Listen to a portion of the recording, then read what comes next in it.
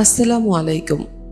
সুন্দর ও সুস্থ ধারার বিনোদনের জন্য বই পড়া, গল্প শোনা এগুলোর বিকল্প নেই। প্রিয় শ্রোতা, আপনাদের অবসর সময়কে আরও একটু আনন্দময় করার জন্য এটি আমার একটি ক্ষুদ্র প্রচেষ্টা। আশা করি গল্পগুলো আপনাদের কাছে ভালো লাগছে। আমার চ্যানেলের আজকের নিবেদন বিভূতিভূষণ বন্দ্যোপাধ্যায়ের দম্পতির দ্বিতীয় পর্ব। চলুন তাহলে শুরু করা যাক।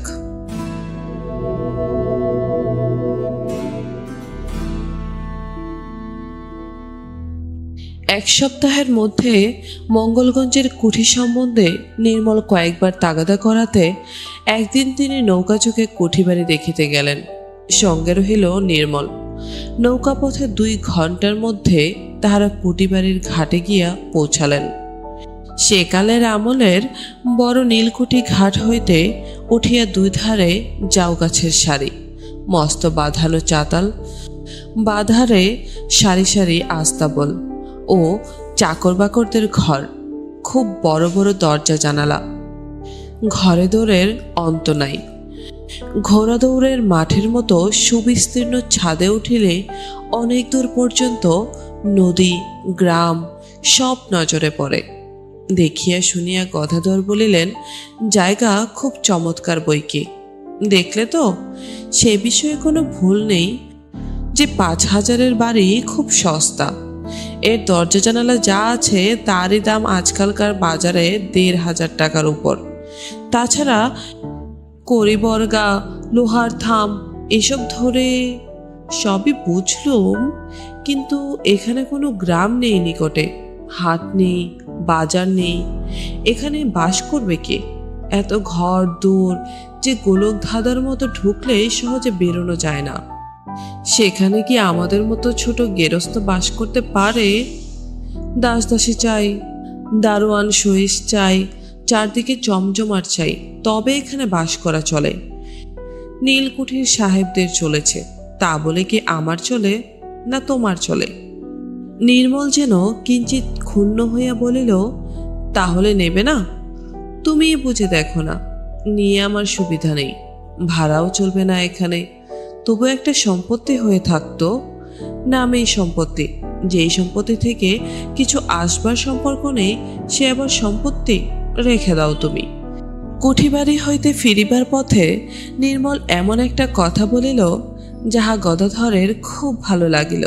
নিজের বাজে কথার মধ্যে নির্মল এবার এই কথাটা কাজের কথা বলিয়াছে বটে। গদাধরের কি একটা কথার উত্তরে নির্মল বলিল, ব্যবসা তাহলে কলকাতায় উঠিয়ে নিয়ে চলো, সেখানে বাড়ি করো, ভাড়া হবে, থাকাও চলবে। কোনো সময়ে কি কথার কি হয় কিছু বলা যায় না। নির্মল হয়তো কথাটা বিদ্রুপের ছলেই বলিল, কিন্তু গদাধরের প্রাণে লাগিল কথাটা। গদাধর নির্মলের দিকে চাহিয়া রহিলেন। তাহার মনে হইল মঙ্গলগঞ্জের কুঠিবাড়ি 1 গাদা টাকা দিয়া কিনিতে জলে ফেলা সমান, কিন্তু কলকাতায় অনায়াসেই বাড়িও করা যায়, ব্যবসা ফাঁদা যায়। এখানে এই ম্যালেরিয়া জ্বরে 12 মাস কষ্ট পাওয়া, একটা আমোদ নেই, 2টো কথা বলবার লোক নেই, তার চেয়ে কলকাতায় যাওয়া ভালো। সেখানে ব্যবসা ফাঁদলে 2 পয়সা সত্যিকার রোজগার হয়। নির্মল বলিল, তাহলে কুটিবাড়ি ছেড়ে দিলে তো? হ্যাঁ, এ একেবারে নিশ্চয়ই। সারা পথ নির্মল ক্ষুণ্ণ মনে ফিরিল। বাড়ি ফিরিলে অনঙ্গ আগ্রহের স্বরে বলিল, হ্যাঁ গো, হলো? কিরকম দেখলে কুটিবাড়ি? বাড়ি খুব ভালো, তবে সে কিনে কোনো লাভ নেই। মস্ত বাড়ি, কাজের লোক নেই, জন নেই, আর সে অনেক ঘর দোর। আমরা এই কটি প্রাণী সে বাড়িতে টিম টিম করব। লোক লক্ষর, চাকর বাকর নিয়ে যদি সেখানে বাস করা যায় তবেই থাকা চলে। অনঙ্গ বলিল, সেখানে বাস করবার জন্যই ও বাড়ি কিনছিলে নাকি? তা কি করে হয়? এখানে সব ছেড়ে কোথায় মঙ্গলগঞ্জে বাস করতে যাব? এমন বুদ্ধি না হলে কি আর ব্যবসাদার?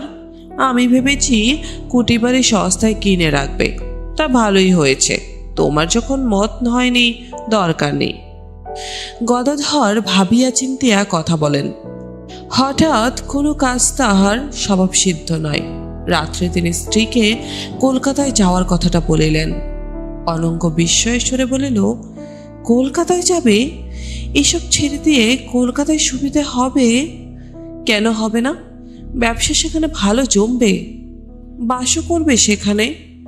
এখানে বাড়ি শুদ্ধ মেলেরাই ভুগে মরছি, বছরে 3-4 মাস সবাই ভুগে মরি। ছেলেদের লেখাপড়া শেখা, মানুষের মতো মানুষ হবার সুবিধা, আমার মনে হয় সেই ভালো। কাল আমি কলকাতায় ওদের আড়তে চিঠি লিখি, তারপর 2-1 দিনের মধ্যে নিজে গিয়ে একবার দেখে আসি। যা ভালো বুঝো করো, কিন্তু আমার কি মনে হয় জানো? কি? এই গ্রামের বাস ছেড়ে আমাদের কোথাও যাওয়া ঠিক হবে না। বাপ পিতামর আমলের বাস এখানে। বাপ পিতামর ভিটে আঁকড়ে থাকলে চলবে না তো, সব দিকে সুবিধা দেখতে হবে। এখানে টাকা থাকলেও খাটাবার সুবিধা নেই। ছেলেরা বড় হলে ওদের লেখাপড়া শেখানো, তাছাড়া অন্যরকম অসুবিধাও আছে।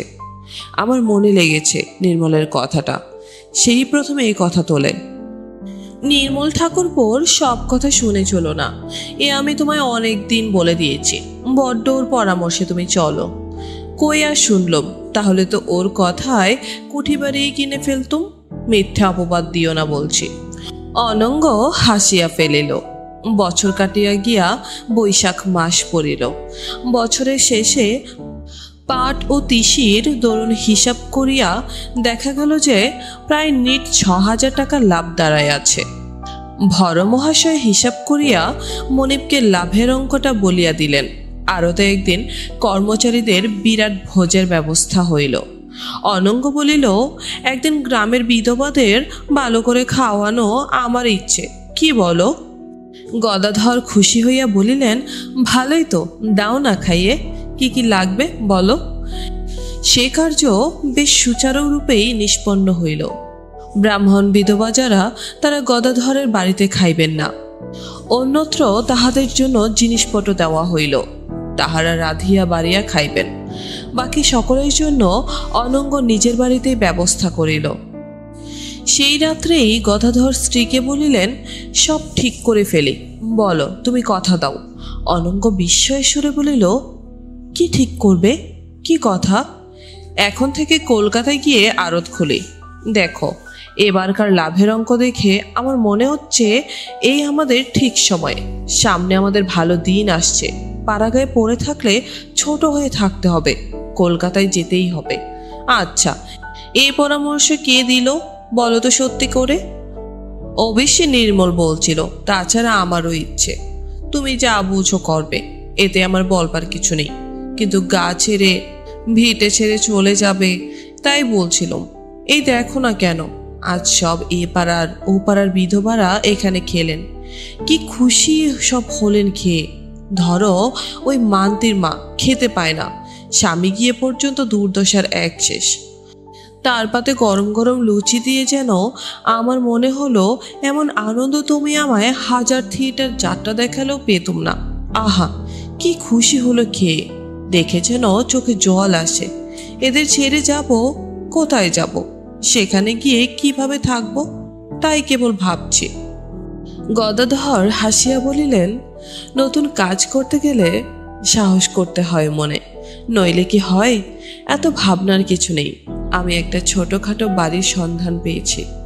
বায়না করে ফেললে তুমি বলো, যা তোমার মনে হয়, যদি বোঝো তাতে সুবিধে হবে তাই করো।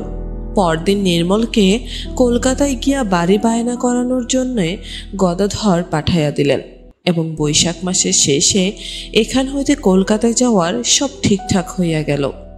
ভরমশাই একদিন বলিলেন, বাবু, একটা কথা বলবো। কি বলুন? আমার এতদিনের চাকরিটা গেল। কেন গেল? কিরকম? এখানে আরো রাখবেন না তো? তা ঠিক বলা যায় না, কিন্তু আপনি তো কলকাতায় যাবেন। ওইখানে আমায় মাপ করতে হবে বাবু। কলকাতায় গিয়ে আমি থাকতে পারবো না, অভ্যেসেই নেই বাবু। মাঝে মাঝে আপনার কাছে বেলঘাট আড়তে যাই, চলে আসতে পারলে যেন বাঁচি। কেন বলুন তো ভরমশাই? ওখানে বড় শব্দ দিন রাত। আমার জন্মে অভ্যাস নেই বাবু অত শব্দের মধ্যে থাকা। আমরা পাড়া গিয়ে মানুষ, ওখানে থাকা কি আমাদের পোষায়? আমার বেয়াদবি মাপ করবেন বাবু, সে আমার দ্বারা হবে না। নির্মল হাসিয়া একদিন বলিল, ওহে, তাহলে দুখানা লরি করে মালপত্র ক্রমশ পাঠাই কলকাতায়? গদাধর বলিলেন, কিন্তু তোমার বউ ঠাকুরন বলছেন এখানে কিছু জিনিস থাক। এবারের বাস একেবারে উঠিয়ে দিচ্ছে না তো আর, মাঝে মাঝে আসবো যাব। সে তো রাখতেই হবে, তবে সামান্য কিছু রাখো এখানে। জিনিসপত্র এখানে থাকলে দেখবার লোকের অভাবে নষ্ট হবে বই তো নয়। তাই বলছিল তোমার বউ ঠাকুরন, এখানেও পৈতৃক বাড়ি বজায় রাখা আমারও মতো। শুভ দিন দেখিয়া সকালে কলকাতায় রওনা হইলেন। নির্মল সঙ্গে গেল। ঠিক হইল ভরমশাই আপাতত কয়েক মাসের জন্য কলকাতার আড়তে থাকিয়া কাজকর্ম গুছাইয়া বন্দোবস্ত করিয়া দিয়ে আসিবেন, তবে উপস্থিত নয়। মাসখানেক পরে আড়তের কাজ অল্প একটু চালু হলেই তারপর। লালবিহারী শাহ রোডে ছোট্ট দোতলা বাড়ি, 4খানা ঘর, এ বাদে রান্নাঘর ও ভাড়ার ঘর আছে। গদাধর স্ত্রীকে বলিলেন, বাড়ি কেমন হয়েছে? ভালোই তো। কত টাকায় হলো? 10,500 টাকা। বন্ধক ছিল, খালাস করতে আরো 2,000 লেগেছে। এত টাকা বাড়ির পেছনে এখন খরচ না করলেই পারতে। কিন্তু কলকাতার বাড়ি একটা সম্পত্তি হয়ে রইল, তা ভুলে যেও না। আমি মেয়ে মানুষ, কি বুঝি বলো? তুমি যা বোঝো তাই ভালো। গদাধরের আড়তের কাজও এখনো ভালো চলে নাই। ভরমশাই পুরনো লোক, তিনি একদিন বলিলেন, এখানে কাজ দাঁড়াবে ভালো বাবু। ভরমশাইকে গদাধর বিশ্বাস করিতেন খুব বেশি, তার কথার উপর নির্ভর করিতেছে অনেকখানি। উৎফুল্ল হইয়া বলিলেন, দাঁড়াবে বলে আপনার মনে হয় ভরমশাই? আমার কথাটা ধরেই রাখুন বাবু, চুল পাকিয়ে ফেললাম এই কাজে। মুখপাতেই জিনিস বোঝা যায়। মুখপাত দেখা দিয়েছে ভালো, আপনি বললে অনেকটা ভরসা পাই। আমি আপনাকে বাজে কথা বলবো না বাবু। কলকাতায় আসিয়া অনঙ্গ খুব আনন্দে দিন কতক কালীঘাট ইত্যাদি দেখিয়া কাটাইল। দক্ষিণেশ্বরে 2 দিন মন্দির দর্শন ও গঙ্গা স্নান করিল। দূর সম্পর্কের কে এক পিস্তুত ভাই ছিল এখানে, তাহার বাসা খুঁজিয়া বাহির করিয়া তাহার স্ত্রীর সঙ্গে কি একটা পাতায়া আসিল। বউবাজারের দোকান হইতে আসবাবপত্র আনাইয়া মনের মতো করিয়া ঘর সাজাইল। ছেলে দুটিকে কাছের এক স্কুলে ভর্তি করিয়া দেওয়া হইল। বাড়ির পড়ানোর মাস্টার রাখা, এক কথায় ভালো করিয়া এখানে সংসার পাতিয়া বসা হইল। একদিন নির্মল আসিয়া আড়তে দেখা করিল। প্রায় মাসখানেক দেখাই হয় নাই তার সঙ্গে। গদাধর খুশি হইয়া বলিলেন, আরে এসো নির্মল, দেশ থেকে এলো এখন, খবর ভালো? হ্যাঁ, তোমার সঙ্গে দেখা হয়নি অনেকদিন, তাই এলাম একবার। খুব ভালো করেছ, যাও বাড়িতে যাও, তোমার বউ ঠাকুরন আছে, গিয়ে ততক্ষণ চাটা খাও গে, আমি আসছি। নির্মল নিচু গলায় বলিল, কিন্তু তোমার কাছে এসেছিলাম আরেক কাজে। আমার কিছু টাকা বড় প্রয়োজন ভাই। কেন, হঠাৎ টাকার কি প্রয়োজন হলো? বাকি খাজনার দায়ে পৈতৃক জমি বিক্রি হতে বসেছে, দেখাবো এখন সব তোমায়। কত টাকা? 100 কবে চাই? আজই দাও, তোমাকে হ্যান্ড নোট দেবো তার বদলে। কিছুই দিতে হবে না তোমায়, যখন সুবিধে হবে দিয়ে দিও। নির্মল যথেষ্ট কৃতজ্ঞতা প্রকাশ করিল। করিবারই কথা। সেই দিনটা গদাধরের বাড়িতে থাকিয়া আহারাদি করিয়া সন্ধ্যাবেলা বলিল, চলো গদাই, তোমাকে বায়োস্কোপ দেখিয়ে আনি। গদাধর বিশেষ শৌখিন প্রকৃতির লোক নহেন। এতদিন কলকাতায় আসিয়াছেন বটে, কিন্তু এখনো একদিনের জন্য কোথাও আমোদ প্রমোদের দিকে যান নাই। নিজের আড়তে কাজকর্ম লইয়াই ব্যস্ত থাকেন। নির্মলের পীড়াপিড়িতে সেদিন সন্ধ্যাবেলা বায়োস্কোপ দেখিতে গেলেন। প্রতিদান বলিয়া একটা বাংলা ছবি। গদাধরের মন্দ লাগিল না। অনেকদিন তিনি থিয়েটার বা বায়োস্কোপ দেখেন নাই। বাংলা ছবি এমন চমৎকার হইয়া উঠিয়াছে, তাহার সন্ধানে তিনি রাখেন না। বায়োস্কোপ হইতে বাহির হইয়া নির্মল বলিল, চা খাবে? তা মন্দ হয় না, চলো, কাছেই আমার এক বন্ধুর বাড়ি, তোমায় আলাপ করিয়ে দিই। মিনিট 5 রাস্তা দূরে একটা গলির মোড়ে বেশ বড় একখানা বাড়ির সামনে গিয়া নির্মল বলিল, দাঁড়াও, আমি আসছি। কিছুক্ষণ পরে একটি সুপুরুষ যুবকের সঙ্গে নির্মল ফিরিয়া আসিল। হাসিয়া বলিল, এই যে আলাপ করিয়ে দিই, এরই নাম গদাধর বসু। গদাধর অবাক হয়ে চাহিয়া বলিলেন, আরে শচীন যে, তুমি এখানে? এসো ভাই এসো। নির্মল আমাকে বললে কি এসেছে দেখো।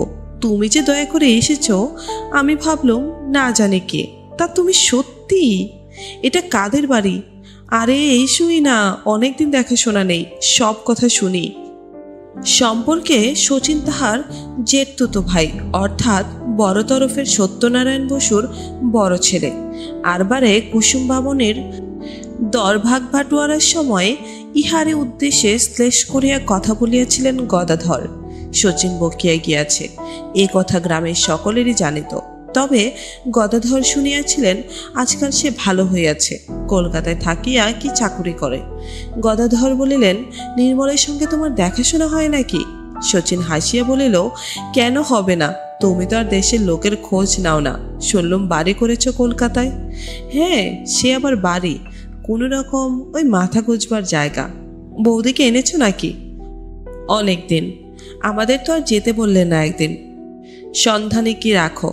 আমি কি করে সন্ধান রাখি বলো? নির্মল নিয়ে এলো তাই তোমাকে চোখে দেখলুম এই এতকাল পরে। তুমি তো গ্রাম ছাড়া আজ 3 বছরের উপর। শচীনের সঙ্গে গদাধর বাড়ির মধ্যে ঢুকিলেন। বাহিরের ঘর পার হইয়া ছোট একটি হল ঘর। হল ঘরের চারিপাশে কামরা, সামনে দোতলার উঠাবার সিঁড়ি, একটা বড় ব্লক ঘড়ি হলের একপাশে টিকটিক করিতেছে। কাঠের টবে বড় বড় পাম গাছ। শচীন উহাদের লইয়া দোতলার সিঁড়িতে উঠিতে উঠিতে ডাক দিল, ও শোভা, কাদের নিয়ে এলোম দেখো। শচীনের ডাকে একটি মেয়ে ঘর হইতে বাহির হইয়া আসিয়া সিঁড়ির মুখে দাঁড়াইল। তার পরনে সাদাসিদে কালো পাড় ধুতি, অগোছালো চুলের রাশ পিঠের উপর পড়িয়াছে, মুখে চোখে মৃদু কৌতূহল। মুখে সে কোনো কথা বলিল না। 30-এর বেশি বয়স কোনো মতেই নয়, খুব রোগা নয়, দুহারা গরণ, রং খুব ফর্সা। শচীন বলিল, বলো তো শোভারানী, কে এসেছে? মেয়েটি বলিল, কি করে জানবো?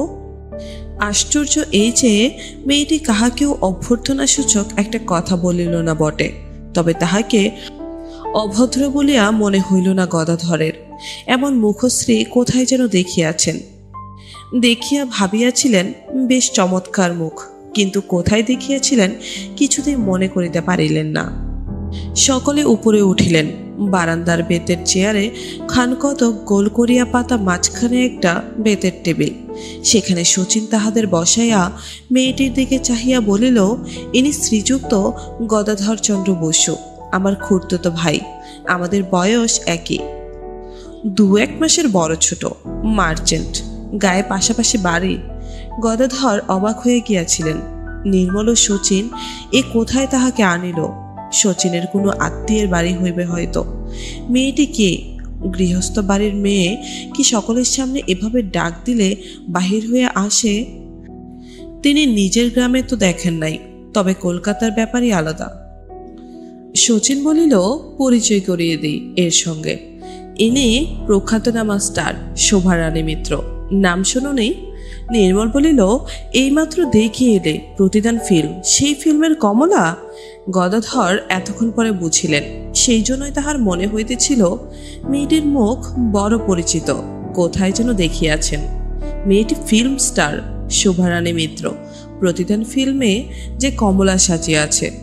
গদাধর ব্যবসায়ী মানুষ, ফিল্ম স্টারদের নামের সঙ্গে তার খুব পরিচয় নাই। তবে এবার কলকাতায় আসিয়া অবধি বাড়ির দেয়ালে পাঁচিলে যত্রতত্র প্রতিদান ছবির বিজ্ঞাপন, এবং সেই সঙ্গে বড় বড় অক্ষরে শোভারানী মিত্রের নাম গদাধর দেখিয়াছেন বটে। গদাধর একটু সংকুচিত হইয়া পড়িলেন। তাহারা গেও লোক, ফিল্ম স্টারদের সঙ্গে কথা বলিবার কি উপযুক্ত? নির্মলের কাণ্ড দেখো, তাহাকে কোথায় লইয়া আসিল। সঙ্গে সঙ্গে কৌতূহল হইল খুব, ফিল্ম স্টাররা কিভাবে কথা বলে, কেমন চলে, কি খায়, কি করে, সাধারণ লোকে ইহার কিছুই জানে না। তাহার সৌভাগ্য বলিতে হইবে যে তিনি সে সুযোগ পাইয়াছেন। গিয়া অনঙ্গকে গল্প করিবার একটা জিনিস পাইলেন বটে। অনঙ্গ শুনিয়া অবাক হইয়া যাইবে। মেয়েটি এবার বেতের টেবিলের উপরে দাঁড়াইয়া হাত জোর করিয়া নমস্কার করিল, কোনো কথা বলিল না। নির্মল বলিল, বসুন মিস মিত্র। মেয়েটি উদাসীনভাবে বলিল, হ্যাঁ বসি। আপনাদের বন্ধু চা খান তো? ও রসি রসি।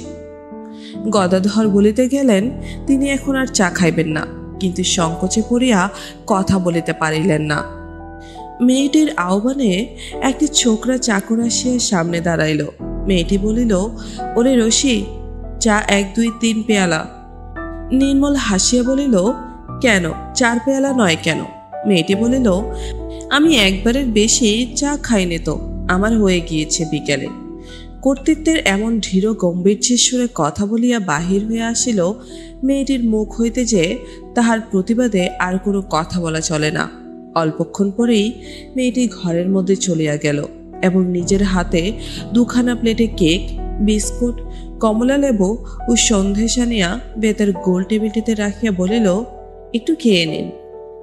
শচীন বলিল, আমার?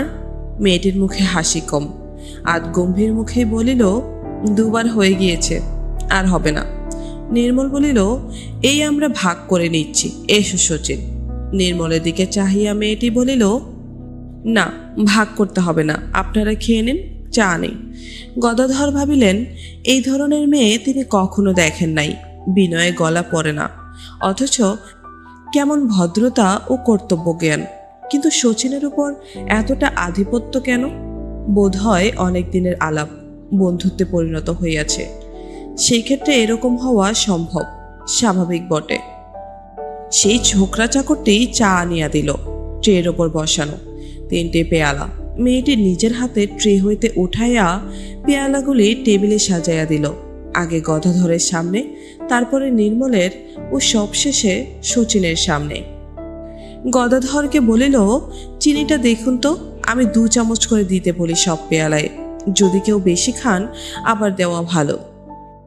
গদাধর মুখ তুলিয়া দেখিলেন মেয়েটির ডাগর চোখের পূর্ণ দৃষ্টি তাহার মুখের ওপর। কি সুন্দর মুখশ্রী, অপূর্ব লাবণ্য ভরা ভঙ্গি ঠোঁটের নিচের অংশে। গদাধরের সারা দেহ নিজের অজ্ঞাতে শিহরিয়া উঠিল। নামজাদা অভিনেত্রী শোভারানী মিত্র তাহাকে গদাধর বসুকে সম্বোধন করিয়া কথা বলিতেছে, বিশ্বাস করা শক্ত। গদাধর তখনই চোখ নামাইয়া লইলেন। বেশিক্ষণ মেয়েটির মুখের দিকে চাহিতে পারিলেন না। ছবিতে এইমাত্র যাহাকে দেখিয়া আসিলেন সেই নির্যাতিতা মহেয়সী বধূ কমলা রক্তমাংসের জীবন্ত দেহ লইয়া, তাহার অপূর্ব মুখশ্রী লইয়া সম্মুখে দাঁড়াইয়া বলিতেছে তাহাকেই, গদাধর বসুকে বলিতেছে, আপনার চায়ে চিনি কম হয়েছে। এমন ঘটনা কিছুক্ষণ পূর্বেও তিনি কল্পনা করিতে পারিতেন না, অথচ চিনি আধো ঠিক ছিল না। চিনির অভাবে চা তেতো বিষাদ। চায়ে 4 চামচের কম চিনি কখনো তিনি খান না। ইহা লইয়া অনঙ্গ তাহাকে কত খেপাইত, তোমার তো চা খাওয়া নয়, চিনির শরবত খাওয়া। চিনির রসে কাপের সঙ্গে ডিশের সঙ্গে এটে জড়িয়ে যাবে, তবে হবে তোমার ঠিক মতো চিনি। কিন্তু এ তো আর অনঙ্গ নয়, এখানে সমীহ করিয়া চলিতে হইবে বই কি। শচীন বলিল, তোমরা এদিকে গিয়েছিলে কোথায়? হাসিয়া নির্মল বলিল, আমরা এইমাত্র প্রতিদান দেখি ফিরলাম। কেমন লাগলো? বেশ লেগেছে, বিশেষ করে এর পার্টও। মেয়েটি গদাধরের দিকে চাহিয়া সরাসরিভাবে জিজ্ঞাসা করিল, আপনার কেমন লাগলো? গদাধর সংকুচিত ও অভিভূত হইয়া পড়িলেন। এমন ধরনের সুন্দরী শিক্ষিতা মহিলার সঙ্গে কথা বলার সৌভাগ্য ঘটা দূরের কথা, এর আগে এমন মহিলা তিনি চোখেও দেখেন নাই।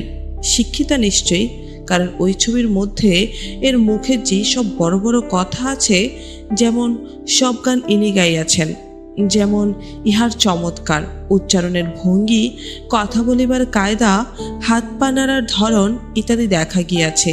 শিক্ষিত না হইলে অমনটি করা যায় না। গদাধর পল্লীগ্রামে বাস করেন বটে, কিন্তু মানুষ চেনেন। তিনি বলিলেন, খুব ভালো লেগেছে। ওই যে নির্মল বললে আপনার পার্ট, ওরকম আর দেখিনি।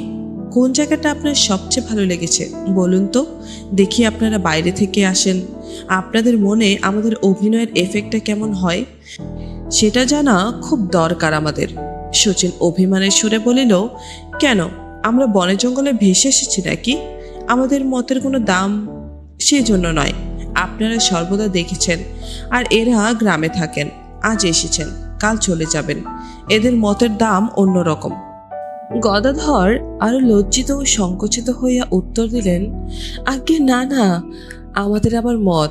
তবে আমার খুব ভালো লেগেছে যখন আপনাকে মানে কমলাকে শ্বশুরবাড়ি থেকে তাড়িয়ে দেওয়া হলো, আপনার সেই গানখানা গাছতলার পুকুর পাড়ে স্বামীর ঘরের দিকে চোখ রেখে, ও সেই সময় চোখের জল রাখা যায় না। আরো বিশেষ করে ওই জায়গাটা ভালো লাগে। ওইখানটাতেই আপনার পরনের শাড়ি, আপনার চোখের ভঙ্গি, কেমন একটা অসহায় ভাব, সব মিলিয়ে মনে হয় সত্যি পাড়াগাঁয়ের শাশুড়ির অত্যাচারে ঘর ছাড়া হয়েছে। এমন একটি বউকে চোখের সামনে দেখছি, বায়োস্কোপে দেখছি, মনে থাকে না। ওখানে আপনি নিজেকে একেবারে হারিয়ে ফেলেছেন। শচীন উচ্চকণ্ঠে হাসিয়া উঠিল, ইয়ার্কির সুরে বলিল, বারে আমাদের গদাই, তোমার মধ্যে এত ছিল তা তো জানি নে। একেবারে আনন্দবাজারের ফিল ক্রেডিট হয়ে উঠলে যে বাবা। মেয়েটি এক মনে আগ্রহের সঙ্গে গদাধরের কথা শুনছিলেন। শচীনের দিকে গম্ভীর মুখে চাহিয়া ধমক দেওয়ার ভঙ্গিতে বলিল, ও কি? উনি প্রাণ থেকে কথা বলছেন, আমি বুঝেছি উনি কি বলছেন। আপনার মতো হালকা মেজাজের লোক কি সবাই? মুখ ম্লান করিয়া শচীন আগেকার সুরে জের টানিয়া বলিল, বেশ বেশ, ভালো হলেই ভালো, আমার কোনো কথা বলবার দরকার নেই, বলে যাও হে। গদাধর সংকুচিতভাবে বসিয়া রহিলেন, কোনো কথা বলিলেন না। মেয়েটি আবার গদাধরের দিকে মুখ ফিরাইয়া বলিল, হ্যাঁ বলুন, কি বলছিলেন? গদাধর বিনীত ও লজ্জিত হাস্যে বলিলেন, আগে ওই আমাদের মতো লোকের আর বেশি কি বলবার আছে বলুন? তবে শেষ দিকটাতে যেখানে কমলা কাশির ঘাটে আমার স্বামীর দেখা পেল, ওই জায়গাটা আরো বিশেষ করে ভালো লেগেছে। আর ওই যে কি বললেন, মানে কমলার পরনের কাপড় ঠিক একেবারে পাড়াগাঁয়ের ওই ধরনের গেরস্থ ঘরের উপযুক্ত, বাহুল্য নেই এতটুকু। আনন্দে ও গর্বের সুরে হাত নাড়িয়ে মেয়েটি বলিয়া উঠিল, দেখুন, ওই কাপড় আমি জোর করে ম্যানেজারকে বলে আমদানি করি স্টুডিওতে। আমি বলি, স্বামী তো ছেড়ে দিয়েছে, বাড়ি থেকে তাড়িয়ে দিয়েছে। এমন ধরনের পাড়াগাঁয়ের মেয়ের পরনে জমকালো রঙের ব্লাউজ বা শাড়ি থাকলে ছবি ঝুলে যাবে। এজন্য আমায় দস্তর মতো ফাইট করতে হয়েছে, জানেন শচীন বাবু। আর দেখুন, ইনি পাড়াগা থেকে আসছেন, ইনি যতটা জানেন এই সম্বন্ধে। সায়দিবার সুরে নির্মল বলিল, তা তো বটেই। শচীন বলিল, যাক, ওইসব নিয়ে তর্কের দরকার নেই। শোভা, একটা গান শুনিয়ে দাও ওকে। গদাধর পূর্ববৎ বিনীতভাবে বলিল, তা যদি উনি দয়া করে শুনিয়ে দেন। মেয়েটি কিন্তু এতটুকু ভদ্রতা না রাখিয়াই তাচ্ছল্য সুরে বলিল, হ্যাঁ, যখন তখন গান করলে কি হয়? শচীনবাবু যেন দিন দিন কি হয়ে উঠেছেন। গদাধর নির্বোধ নন। তিনি লক্ষ্য করলেন শচীন মেয়েটির এ কথার উপর আর কোনো কথা বলতে সাহস করিল না, যেন একটু দমিয়া গেল।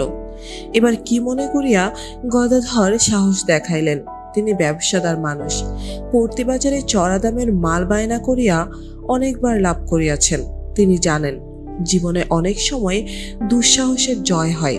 সুতরাং তিনি আগেকার নিতান্ত বিনীত ভাব ত্যাগ করিয়া অপেক্ষাকৃত দৃঢ় অনুরোধের সুরে বলিলেন, আপনি হয়তো মেজাজ ভালো হলে গান গাইবেন, কিন্তু আমি আর তা শুনতে পাবো না। শচীনের কথা এবারটা রাখুন দয়া করে, একটা গান শুনিয়ে দিন। পাকা ও অভিজ্ঞ ব্যবসাদার গদাধর ভুল চাল চালেননি। মেয়েটি আগেকার চেয়ে নরম ও সদয় সুরে বলিল, আপনি শুনতে চান? সত্যি? শুনুন তবে। ঘরের একপাশে বড় টেবিল, হারমোনিয়াম। মেয়েটি টুলে বসিয়া ডালা খুলিয়া পিছন দিকে ফিরিয়া হাসি মুখে বলিল, কি শুনবেন, হিন্দি না ফিল্মের গান? গদাধর কৃতজ্ঞ হইয়া বলিলেন, কমলার সেই গানখানা করুন দয়া করে। সেই যখন বাড়ি ছেড়ে। মেয়েটি এক মনে গানটি গাহিল।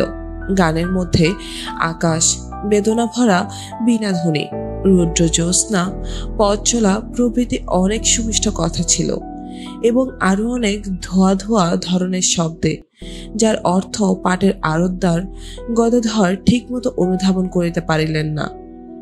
তবু তিনি তন্ময় হইয়া গানটি শুনিলেন। ইহা কি করিয়া সম্ভব হইল? এইমাত্র ছায়াছবিতে যে নির্যাতিতা বধূটিকে দেখিয়া আসিলেন, সেই মেয়েটি রক্তমাংসের দেহে তাহার সম্মুখে বসিয়া গান গাহিতেছে। গান শেষ হইলে গদাধর উচ্ছ্বসিত কণ্ঠে বলিয়া উঠিলেন, চমৎকার, চমৎকার। নির্মল বলিল, বাস্তবিক যাকে বলে ফার্স্ট ক্লাস। শচীন কোনো কথা বলিল না। মেয়েটি হারমোনিয়ামের ডালা সসন্দে বন্ধ করিয়া উঠিয়া আসিল, কিন্তু গান সম্বন্ধে একটা কথা বলিল না। তাহার মুখের ভাব দেখিয়া মনে হইল সে ভালো করিয়াই জানে সে যাহা গাহিবে তাহা ভালো হইবেই। এই বিষয়ে কতকগুলি সঙ্গীত সম্বন্ধে অজ্ঞ অর্বাচীন ব্যক্তির মতো জিজ্ঞাসা করিয়া মিথ্যা বিনয় প্রকাশ করিতে সে চায় না। গদাধর হঠাৎ দেখিলেন কথাবার্তার মধ্যে অনেক রাত্রি হইয়া ঘরে ইলেকট্রিক আলো জ্বলিয়া উঠিয়াছে। তিনি এতক্ষণ খেয়াল করেন নাই। এইবার যাওয়া উচিত। আর কতক্ষণ এখানে থাকিবেন? মেয়েটি কিছু মনে করিতে পারে, কিন্তু বিদায় লইবার উদ্যোগ করিতেই শচীন বলিল, আহা বসো না হে, একসঙ্গে যাব। আমিও তো এখানে থাকবো না। গদাধর বলিলেন, না, আমার থাকলে চলবে না, অনেক কাজ বাকি, রাত হয়ে যাচ্ছে। নির্মল বলিল, আর একটু থাকো, আমিও যাব। উহাদের বসাইয়া রাখিয়া মেয়েটি পাশের ঘরে চলিয়া গেল এবং কিছুক্ষণ পরে ফিরে চাপা রঙের জর্জেট পরিয়া, মুখে হালকাভাবে পাউডারের ছোপ দিয়া উঁচু গোড়ালির জুতো পায়ে ঘরে ঢুকিয়া সকলের দিকে চাহিয়া বলিল, এবার চলুন সবাই, বেরোনো যাক। শচীন বিস্ময়ের সুরে বলিয়া উঠিল, কোথায় যাবে আবার? সেজেগুজে এলে হঠাৎ? সব কথা কি আপনাকে বলতে হবে? না, তবু জিজ্ঞেস করছি, দোষ আছে কিছু? স্টুডিওতে পার্টি আছে 8:30টায়। তুমি এখন সেই টলিগঞ্জে যাবে এই রাত্রে? যাব। অগত্যা সকালে উঠিল। শচীনের মুখ দেখিয়া বেশ মনে হইল সে নিতান্ত অনিচ্ছার সহিত এই স্থান ত্যাগ করিতেছে। মেয়েটি আগে আগে আর সকলে পিছে পিছে চলিল। বারান্দায় যাইবার বা সিঁড়ি দিয়া নামিবার পথে মেয়েটি কাহারও সহিত একটি কথা বলিল না। রমণীর মতো গর্বে কাঠের সিঁড়ির ওপর জুতোর উঁচু গোড়ালের খটখট শব্দ করিতে করিতে চঞ্চলা হরিণীর মতো ক্ষিপ্রপদে নামিয়া গেল। কেবল অতি মৃদু সুমিষ্ট একটি সুবাস বারান্দা ও সিঁড়ির বাতাসে মিশিয়া তাহার গমনপথ নির্দেশ করিল মাত্র। গদাধর বাড়ি ফিরিয়া সেই রাত্রে হিসেবের খাতা দেখিলেন, প্রায় রাত 12টা পর্যন্ত। কিন্তু অনঙ্গ যখন কাজকর্ম শেষ করিয়া ঘরে ঢুকিল, তখন কি জানি কেন শোভারানী মিত্র ফিল্ম স্টারের যে গল্পটা জমাইয়া বলিবেন ভাবিয়াছিলেন, সেটা কিছুতেই জিউবাতে আনিতে পারিলেন না। এই কথাটা গদাধর পরজীবনে অনেকবার ভাবিয়াছিলেন। যে গল্প অনঙ্গর কাছে করিবার জন্য কতক্ষণ হইতে তাহার মন আকতি বিকতি করিতেছিল, এত বড় মুখরোচক ও জমকালো ধরনের একটা গল্প, অথচ কেন সেদিন সে কথা স্ত্রীর কাছে বলিতে পারিলেন না? কি ছিল ইহার মধ্যে? সেদিন হয়তো কিছুই ছিল না, কিংবা হয়তো ছিল। গদাধর ভালো বুঝিতে পারিলেন না। অনঙ্গ বলিল, আজ কি শোবে না খাতাপত্র নিয়ে বসে থাকবে? রাত কটা খেয়াল আছে?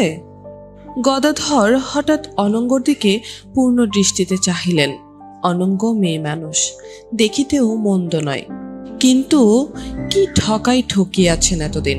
সত্যিকার মেয়ে বলতে যা বোঝায় তা তিনি এতদিন দেখেন নাই। আজই অন্যত্র তাহা দেখিয়া আসলেন এইমাত্র। বলিলেন, এই যাই, আজ তো খেলেও না কিছু, শরীর ভালো আছে তো? অনঙ্গ সুকণ্ঠী নয়, গলার স্বর আরো মোলায়েম হলেও ক্ষতি ছিল না। মেয়েদের কণ্ঠস্বর মিষ্টি হইলেই ভালো মানায়, কিন্তু সব জিনিসের মধ্যেই আসল আছে, আবার মিকি আছে। মশারি খুঁজিতে খুঁজিতে অনঙ্গ বলিল, আজ কোথাও গিয়েছিলে নাকি? রাত করে ফিরলে যে। হ্যাঁ, ওই বায়োস্কোপ দেখে এলুম কিনা। অনঙ্গ অভিমানের সুরে বলিল, তা যাবে বই কি, আমায় নিয়ে গেলে না তো? কি দেখলে? একটা বাংলা ছবি, সে আর একদিন দেখো। অনঙ্গ আবদারের সুরে বলিল, কি ছবি? বলো না, বলো না গো গল্পটা। সেই পুরনো অনঙ্গ, বহুদিনের সুপরিচিত সেই আবদারের সুর। কতবার কত গল্প স্ত্রীর সঙ্গে, রাত 1টা-2টা পর্যন্ত জাগিয়া থাকা গল্প করিতে করিতে। কিন্তু গদাধর বিস্ময়ের সহিত লক্ষ্য করিলেন, আজ অনঙ্গের সঙ্গে গল্পগুজব করিবার উৎসাহ যেন তিনি নিজের মধ্যে খুঁজিয়া পাইতেছেন না। খাতাপত্র মুড়িয়া ঈষৎ নিরস কণ্ঠে গদাধর বলিলেন, এ কেমন গপ্প? বাজে হোক বাজে, কি দেখলে বলো না লক্ষ্মীটি। বড় খাটুনে গিয়েছে আজ, কথা বলতে পারছি নে। অনঙ্গ ঠোঁট ফুলাইয়া বলিল, তা পারবে কেন? খাতাপত্র ঘাটিবার সময় খাটুনি হয় না। লক্ষ্মীটি বলো না কি দেখলে? কাল সকালে শুনলে তো মহাভারত অশুদ্ধ হয়ে যাবে না। সত্যি বড্ড ঘুম পাচ্ছে। অনঙ্গ রাগ করিল বটে, সঙ্গে সঙ্গে বিস্মিতও হইল। স্বামীর এমন ব্যবহার যে ঠিক নতুন তাহা নহে। ঝগড়াও কতবার হইয়া গিয়াছে দুজনের মধ্যে, কিন্তু সেই ঝগড়ার মধ্যে সত্যিকার উদাসীন্য বা তিক্ততা ছিল না।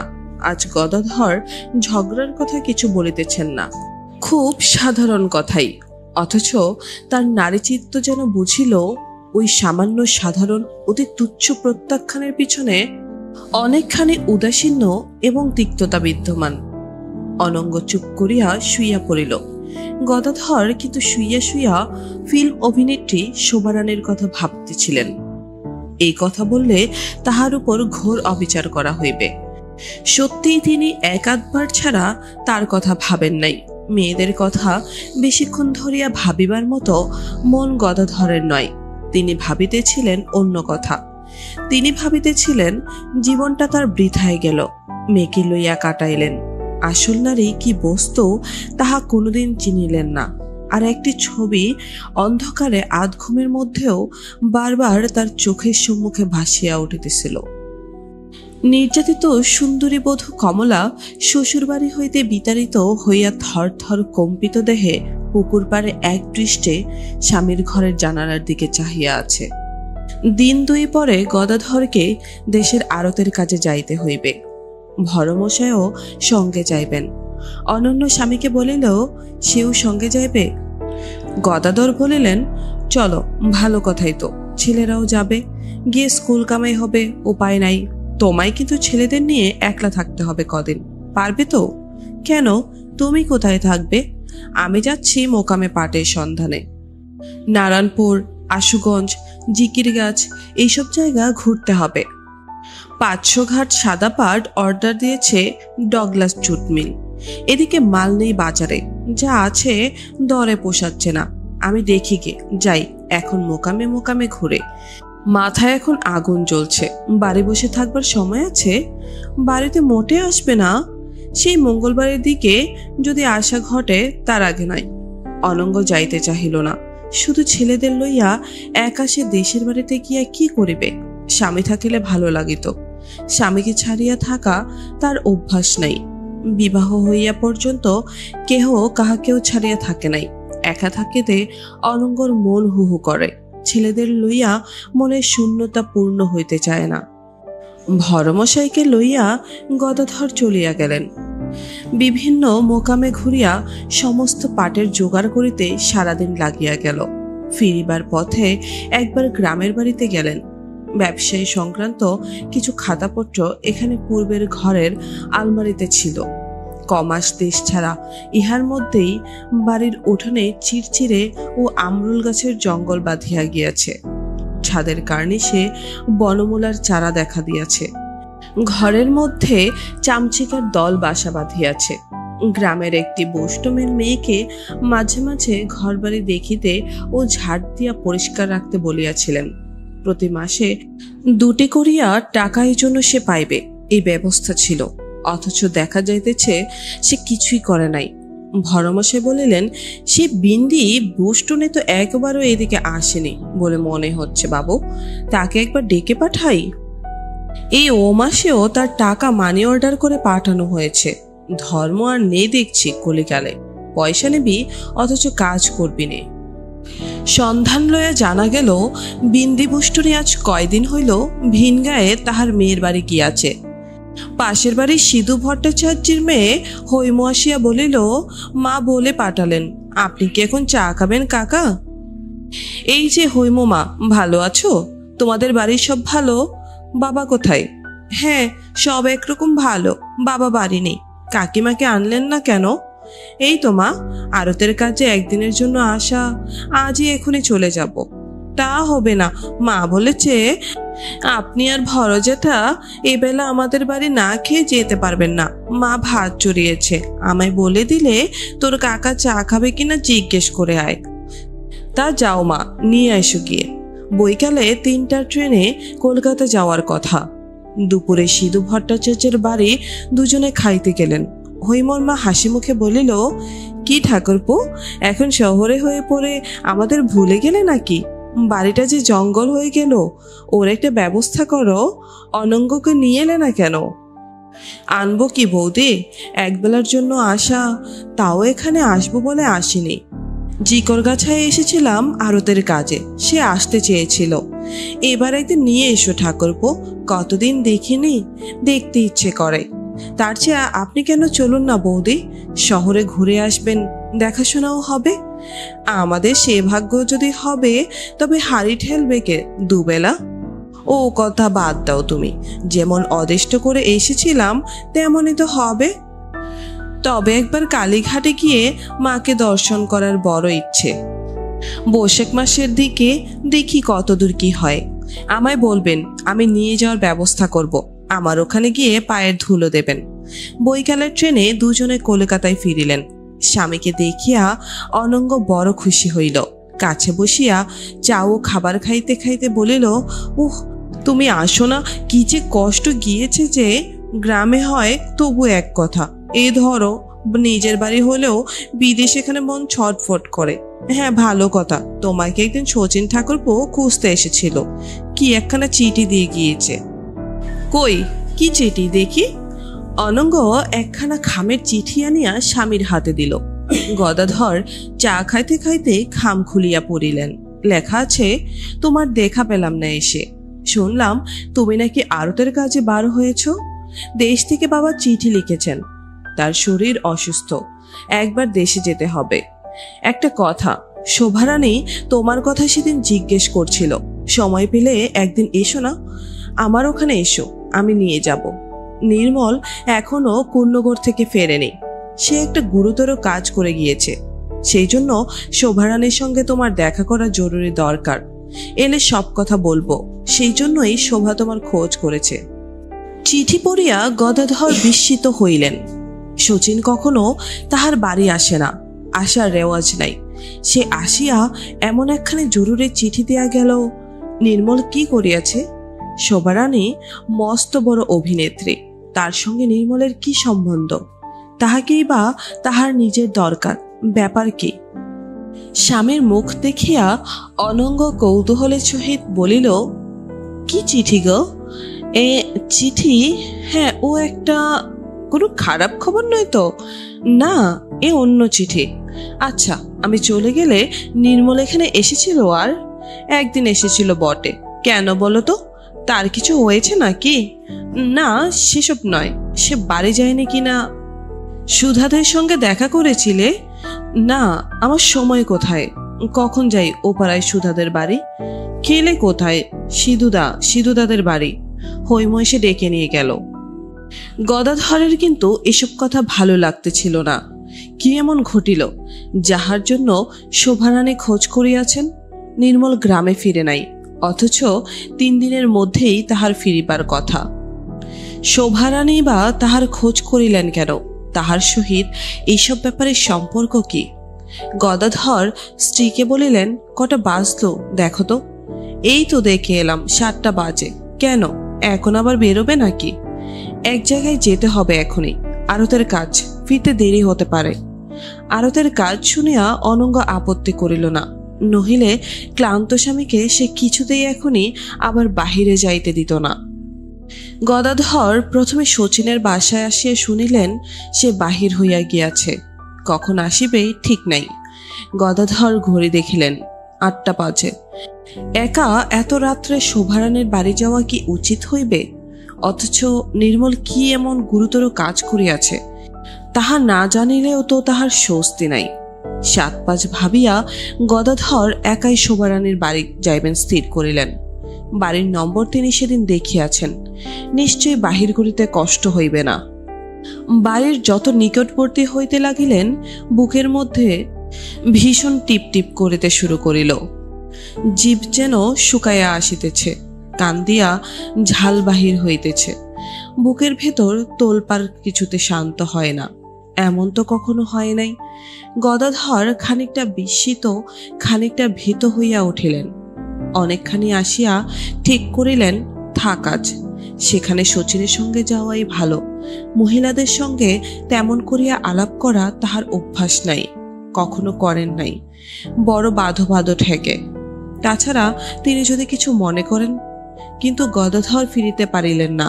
উত্তেজনা ও ভয়ের পেছনে মনের গভীর গহনে এক আনন্দের ও কৌতূহলের নেশা, সেটা চাপিয়ে রাখা অসম্ভব।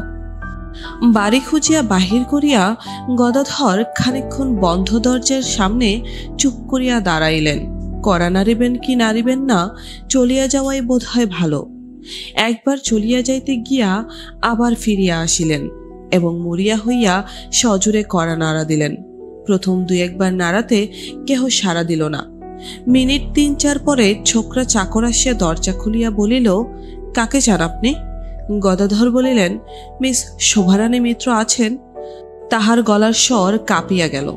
চাকর বলিল, হ্যাঁ আছেন। আপনার কি দরকার? আমার বিশেষ দরকার আছে, একবার দেখা করব। কি নাম বলবো? বলো। গদাধর বাবু, শচীনের সঙ্গে যিনি এসেছিলেন। একটু পরে চাকর আবার ফিরিয়া আসিল, বলিল, চলুন উপরে। উপরের হলঘর পার হইয়া সেদিনের সেই কামরাতে চাকর তাহাকে লইয়া গেল। গদাধর গিয়া দেখিলেন শোভা একটা ইজি চেয়ারে শুইয়া কি বই পড়িতেছেন। পাশের টিপের উপর পেয়ালা ও ডিশ, বোধহয় এইমাত্র চা পান শেষ করিয়াছেন। গদাধর ঢুকিতেই শোভা ইজি চেয়ার হইতে আধ ওঠা অবস্থায় বলিল, আসুন গদাধর বাবু, আসুন। আজ্ঞে নমস্কার। নমস্কার, বসুন। গদাধর বসিলেন। শোভারানী পড়িতে লাগিল। কিছুক্ষণ কাহারও মুখে কথা নাই।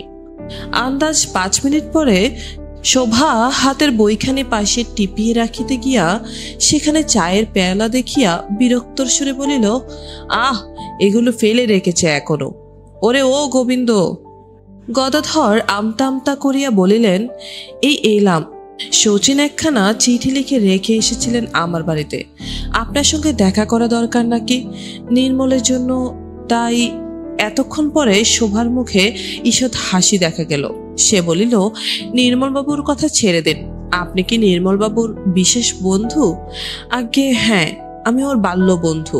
নির্মলবাবুর অবস্থা ভালো নয় বোধ হয়। সেই রকমই বটে, কিন্তু সে কি করেছে বলুন তো, আমি কিছু বুঝতে পারছি না। সে কথা আপনাকে বলে শুধু মনে কষ্ট দেওয়া। স্টুডিওর এক চেক ভাঙাতে দিয়েছিলাম, 200 টাকার চেক। তারপর থেকে আর দেখা নেই। আপনি যেদিন এখানে এসেছিলেন তার পরের দিন। শুনেছি কোন্নগরে আছে। চিঠি লিখেও শচীনবাবু উত্তর পায় না, অথচ আমার এদিকে টাকার দরকার। গদাধর বুঝিলেন শচীন যাহা গুরুতর ব্যাপার বলিতেছে তাহা এমন গুরুতর নয়। নির্মল মাঝে মাঝে এমন করিয়া থাকে, তাহার চেক ভাঙাইতে গিয়াও সে এমন করিয়াছে। তবে তিনি বাল্যবন্ধু, তাহার বেলা যাহা করে চলে, সব ক্ষেত্রে তাহা করা উচিত। নির্মলটার বুদ্ধিশুদ্ধি যে কবে হইবে। তিনি বলিলেন, তাই তো, ভারী অন্যায় দেখছি তার। আমার সঙ্গে একবার দেখা হলে আচ্ছা করে ধমকে দেব। হ্যাঁ দেবেন তো, দেওয়াই উচিত। মৃদু উদাসীন কণ্ঠস্বর শোভার। রাগ বা ঝাঁজ তো নাই, এমনকি এতটুকু উদ্বেগের রেশ পর্যন্ত নাই। গদাধর মুগ্ধ হইলেন। এক্ষেত্রে তাহাকে সামনে পাইয়া চেঁচামেচি করা এবং টাকা একটার কিনারা করার সম্বন্ধে উদ্বেগ প্রদর্শন, পরামর্শ আহ্বান করা ইত্যাদি স্বাভাবিক। পাড়াগাঁয়ের মেয়েদের মধ্যে ইহা অপেক্ষা অনেক তুচ্ছ ব্যাপার লইয়া ভীষণ চিৎকার ও রাগারাগি করিতে দেখিয়া আসিতেছেন তিনি আজীবন। কিন্তু 200 টাকার ক্ষতি সহ্য করিয়াও এমন নিরুদ্বেগ শান্ত ভাব তিনি কখনো দেখেন নাই, না মেয়েদের মধ্যে না পুরুষদের মধ্যে। গদাধর একটি সাহসের কাজ করিলেন। বিনীতভাবে বলিলেন, একটা কথা বলি, কিছু মনে করবেন না। শোভা বলিল, কি বলুন। আপনার টাকার দরকার বলছিলেন, ও টাকাটা আমি কাল সকালেই আপনাকে পাঠিয়ে দিচ্ছি। নির্মলের কাছ থেকে চেকের টাকা আমি আদায় করে নেব। আপনি? না না, আপনি কেন দেবেন? আমি 11টা পর্যন্ত আছি। আগে তা হোক, আপনি যদি কিছু মনে না করেন। শোভা আর কোনো তর্ক না করিয়া বেশ নির্বিকার কণ্ঠে বলিল, বেশ, দেবেন। গদাধর কৃতজ্ঞ হইয়া গেলেন যেন। বলিলেন, কাল সকালে কি থাকবেন? তাহলে আমি নিজেই ওটা নিয়ে আসব। আপনি আবার কষ্ট করে আসবেন কেন? কাউকে দিয়ে পাঠিয়ে দেবেন না হয়। গদাধর দেখিলেন এই জায়গায় অন্য কাহাকেও চেক দিয়া পাঠানো চলিবে না, নতুবা ভরমশাইকে পাঠাইয়া দিলে চলিত। ভরমশাই বা অন্য কেহ মুখে কিছু না বলিলেও নানা রকম সন্দেহ করতে পারে। কথাটা পাঁচকান হওয়াও বিচিত্র নয় সে অবস্থায়। সুতরাং তিনি বলিলেন, তাতে কি, কষ্ট করবার কি আছে এর মধ্যে? আমি নিজেই আসবো এখন। কলকাতায় আপনি কোথায় থাকেন? আগে লালবিহারী সারোড, মানিকতলা। নির্মলবাবুকে চিনলেন কি করে? আমার গায়ের লোক, এক গায়ে বাড়ি। গদাধরের অত্যন্ত কৌতূহল হইল। শোভারানীর সঙ্গে নির্মলের কিভাবে পরিচয় হইল জিজ্ঞাসা করেন, কিন্তু শেষ পর্যন্ত কথাটা জিজ্ঞাসা করিতে পারিলেন না। কিছুক্ষণ আবার দুইজনেই চুপ। গদাধর অস্বস্তি বোধ করিতে লাগিলেন। এবার বোধ হয় যাওয়া ভালো, বেশিক্ষণ থাকা হয়তো বেয়াদপি হইবে। কিন্তু হঠাৎ উঠেনি বা কি বলিয়া? শোভাই হঠাৎ বলিয়া উঠিল, চা খাবেন? গদাধর জানাইলেন, এখন তিনি চায়ের জন্য কষ্ট দিতে রাজি নন, এইমাত্র খাইয়া আসিলেন। শোভারানী আবার চুপ করিল। কিছুক্ষণ উসখুস করিয়া গদাধর বলিলেন, তাহলে আমি এবার যাই, রাত হয়ে গেল। শোভা বলিল, আচ্ছা, আসুন তবে। গদাধর উঠিলেন। এবার শোভা এমন একটি ব্যাপার করিল, তার মতো গর্ভিতা মেয়ের নিকট গদাধর যাহা প্রত্যাশা করেন নাই। শোভা ইজি চেয়ার হইতে উঠিয়া সিঁড়ির মুখ পর্যন্ত তাহাকে আগাইয়া দিতে আসিল। গদাধর সমস্ত দেহে এক অপূর্ব আনন্দের শিহরণ অনুভব করিলেন। নেশার মতো সেটা তাহাকে আচ্ছন্ন করিয়া রাখিল সারা পথ। গদাধরের পক্ষে এই অনুভূতি এত নতুন যে তিনি নিজের এই পরিবর্তনে কেমন ভীত হইয়া পড়িলেন। স্বামীকে সিঁড়িতে উঠিতে দেখিয়া অনঙ্গ বলিল, বাপরে, এত দেরি করবে তা তো বলে গেলে না। আমি বসে বসে ভাবছি। ভাবার কি দরকার আছে? ছেলে মানুষ তো নই যে পথ হারিয়ে যাব। হঠাৎ সে অপূর্ব অনুভূতি যেন ধাক্কা খাইয়া চুরমার হইয়া গেল। সাধারণ মানুষের মতোই দৈনন্দিন একঘেয়েমি ও বৈচিত্র্যহীনতার মধ্যে গদাধর খাইতে বসিলেন। পরদিন সকালে 8টার পরে গদাধর শোভারানীর বাড়ি গিয়া কড়া নাড়িলেন। ছোকরা চাকরটি দরজা খুলিয়া তাহাকে দেখিয়া চিনিতে পারিল এবং উপরে লইয়া গিয়া বারান্দার বেতের চেয়ারে বসিয়া বলিল, মাইজি নাইবার ঘরে, আপনি বসুন। একটু পরে ভিজে এলো চুলের রশি পিঠে ফেলিয়া সদ্য স্নাতা শোভা শিমলের সাদা শাড়ি পরিয়া ঘরে ঢুকিয়া বলিল, এই যে এসেছেন, নমস্কার। খুব সকালেই এসে পড়েছেন, বসুন, আমি আসছি।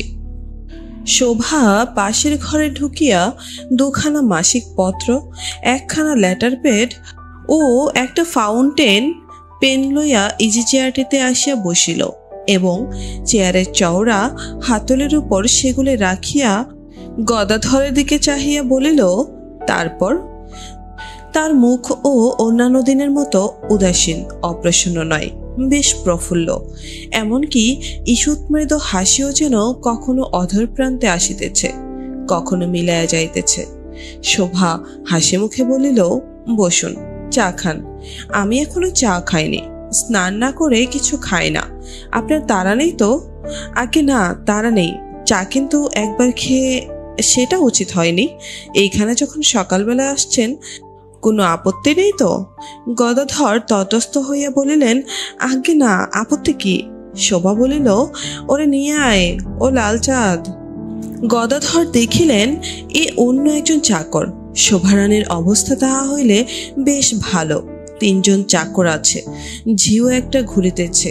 ঠাকুর নিশ্চয়ই আছে। স্টার অভিনেত্রী শোভারানী নিশ্চয়ই নিজের হাতে রান্না করেন না।